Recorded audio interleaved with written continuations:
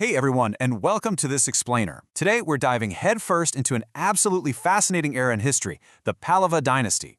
Now, based on the historical material, it's incredibly clear that these guys were a real powerhouse. I mean, they literally laid the groundwork for South Indian civilization between the 3rd and 9th centuries.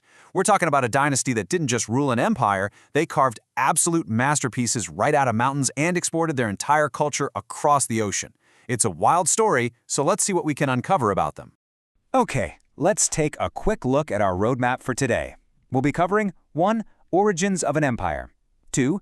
The Great Pallava Kings. 3. The Architectural Revolution. 4. Society, Faith, and Wealth. 5. Beyond the Indian Shores. And finally, 6. Decline and Eternal Legacy. All right, let's kick things off with Section 1, Origins of an Empire, Uncovering the Mystery.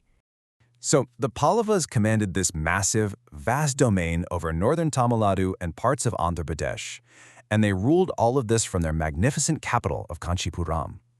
But before we can even talk about their golden age, we really have to ask, where did they actually come from? It seems like a super simple question, right? But the early records are just so scarce that historians are literally still actively debating their roots today. It's almost like they just miraculously stepped onto the historical stage out of nowhere. Because of that mystery, historians basically debate 3 main theories. First, you have the foreign origin theory, which suggests a link to the Parthians, but honestly, that one really lacks solid evidence. Then there's the Andhra theory, which argues that they were former local feudatories who just broke away and formed their own thing. But the most widely accepted theory today is the indigenous South Indian theory. That one posits that they were native rulers who very smartly seized power right after the Satavahana dynasty started to decline. Moving right along to Section 2, The Great Pallava Kings, Rulers and Rivals.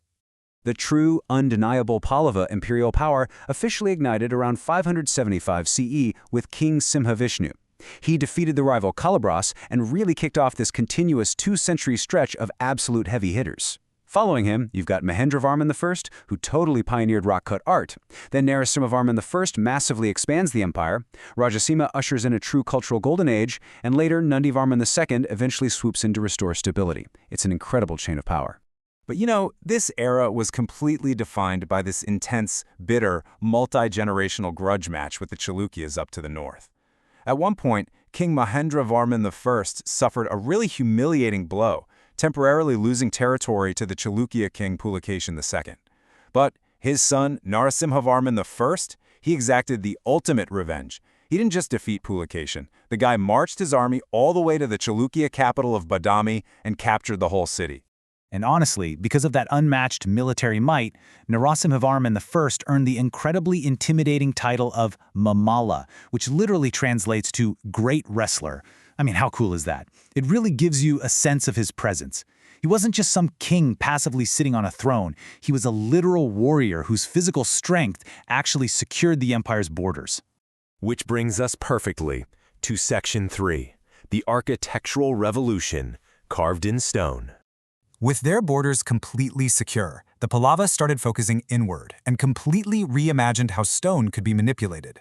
We can clearly track this massive technological leap through 3 distinct stages of masonry. Step 1 is the Mahendravarman style, featuring these stunning cave temples carved straight into mountainsides. Step 2, the Mamala style, involves sculpting entire freestanding temples out of single giant boulders. And finally, Step 3, the Rajasimha style, where they fully mastered building massive structural monuments piece by piece. Now, a perfect example of that second step is the Pancharathas at Mahabalipuram, or the 5 chariots. These are absolutely mind-blowing. They aren't built from bricks at all. They are an extraordinary engineering marvel, where 5 completely distinct temples were carved top-down from one single massive rock outcrop. It's an incredibly bold, early experiment in Dravidian architecture that honestly still baffles modern engineers today. Then we reach the absolute pinnacle of their architectural journey, the structural masterpieces under Rajasima. You have the Shore Temple, standing right there on the coast, a total granite wonder dedicated to Shiva that is now a recognized UNESCO site. And in their capital, the Kailasanatha Temple showcases this incredibly refined early Dravidian style carved in sandstone. These were fully realized architectural triumphs that put them on the map globally.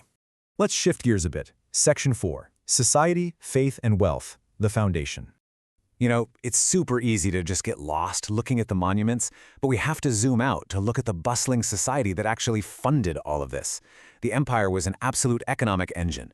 They had these highly active ports that were driving massive international maritime trade with Southeast Asia, China, and Sri Lanka.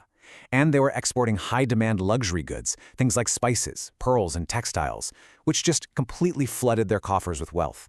But as we know, wealth needs management, and the Pallavas were so far ahead of their times civically. They utilized a highly efficient system of local self-government.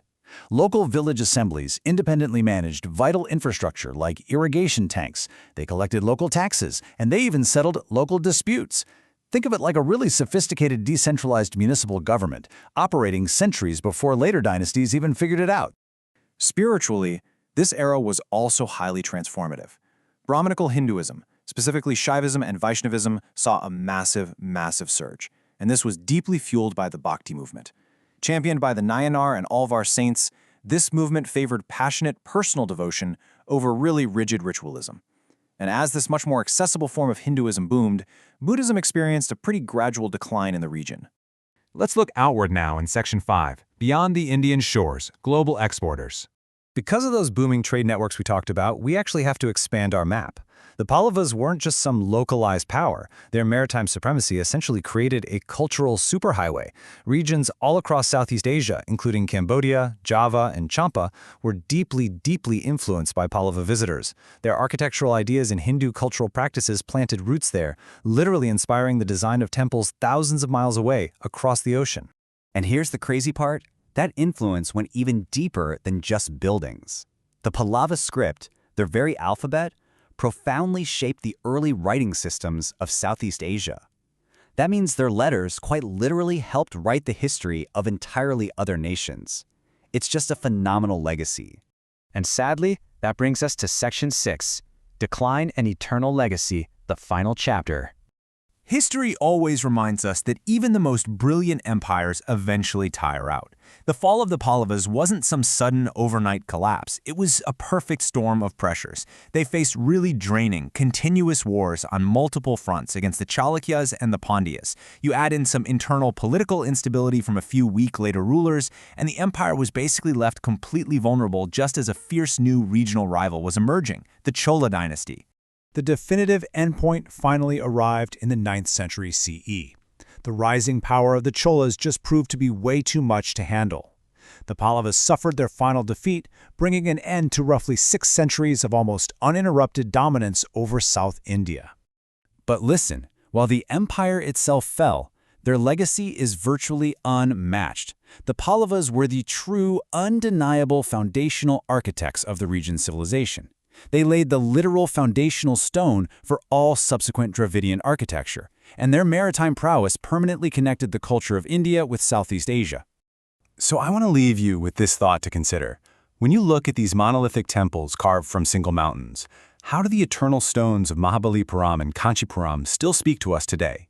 What amazing stories of the great wrestler, of booming sea trade, and radical artistic revolution are just waiting for you to discover. I really hope this explainer sparked your curiosity to go explore these enduring monuments for yourself. Thanks so much for joining me on this historical journey today.